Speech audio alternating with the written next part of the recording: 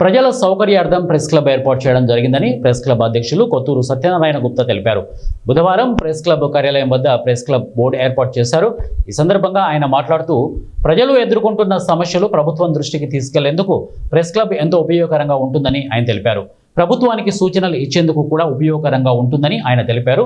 ఎంతో కాలంగా కర్నూలులో ప్రెస్ క్లబ్ లేకపోవడంతో పాత్రికేయ మిత్రులు అనేక ఇబ్బందులకు గురవుతూ వచ్చారని, అదేవిధంగా వివిధ ప్రాంతాల నుండి కర్నూలు కేంద్రానికి వస్తే పాత్రికేయులు రాత్రిపూట నివాసం ఉండేందుకు అతిథి గృహం కూడా ఏర్పాటు చేయడం జరిగిందని అన్నారు. పాత్రికేయ మిత్రులు పడుతున్న ఇబ్బందులను గుర్తించి జిల్లా కలెక్టర్ రంజిత్ బాషాని సంప్రదించడంతో ప్రభుత్వ క్వార్టర్స్ కేటాయించడం జరిగిందని అన్నారు. త్వరలో ప్రారంభోత్సవ కార్యక్రమం కూడా చేపట్టబోతున్నామని ఆయన తెలిపారు. ఈ కార్యక్రమంలో కోశాధికారి భాస్కర్, సీనియర్ పాత్రికేయులు సత్యనారాయణ తదితరులు పాల్గొన్నారు. ఈరోజు కర్నూలు ప్రెస్ క్లబ్ కార్యాలయం బోర్డు ఏర్పాటు చేయడం జరిగింది. కర్నూలు జిల్లా చరిత్రలో కాదు, దేశ చరిత్రలను గొప్పగా చెప్పుకోవాలి. దేశవ్యాప్తంగా అన్ని ప్రాంతాల్లో ప్రెస్ క్లబ్ ప్రభుత్వ పరంగా ఏర్పాటు చేయడం జరుగుతుంది. కనీసం కర్నూలులో సొంత స్థలం లేదు, సొంత నిర్మాణానికి సహకారం లేదు.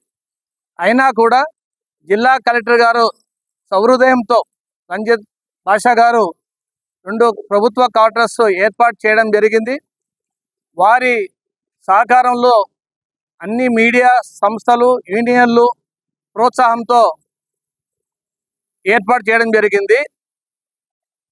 భవిష్యత్తులో ఇంకా మరిన్ని కార్యక్రమాలు చేపట్టడం జరుగుతుంది. ఇక్కడ సామాజిక ప్రెస్ క్లబ్ అని చెప్పాలి. కేవలం ఒక కులం కాదు, ఒక మతం కాదు, అందరూ సమానమే అనే భావనతో ఏర్పాటవుతుంది కర్నూలులో.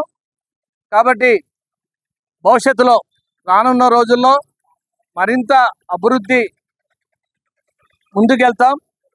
సమావేశాలు ఏర్పాటు చేసుకోవడానికి, మీడియా ప్రతినిధులు నివాసం ఉండడానికి, అంటే ఒక వర్షం వస్తే మేము చెట్ల కిందనో ఎక్కడో ఉండాల్సిన పరిస్థితి ఉంది. కానీ ఇప్పుడు ప్రెస్ క్లబ్ ఏర్పాటు చేయడం వల్ల ఉండడానికి వీలవుతుంది. అదేవిధంగా కర్నూలు జిల్లాలో ఎవరైనా పాత్రికేయులు కర్నూలుకు వచ్చినప్పుడు నివాసం ఉండడానికి ఒక గెస్ట్ హౌస్ లాంటిది కూడా ఏర్పాటు చేస్తున్నాం.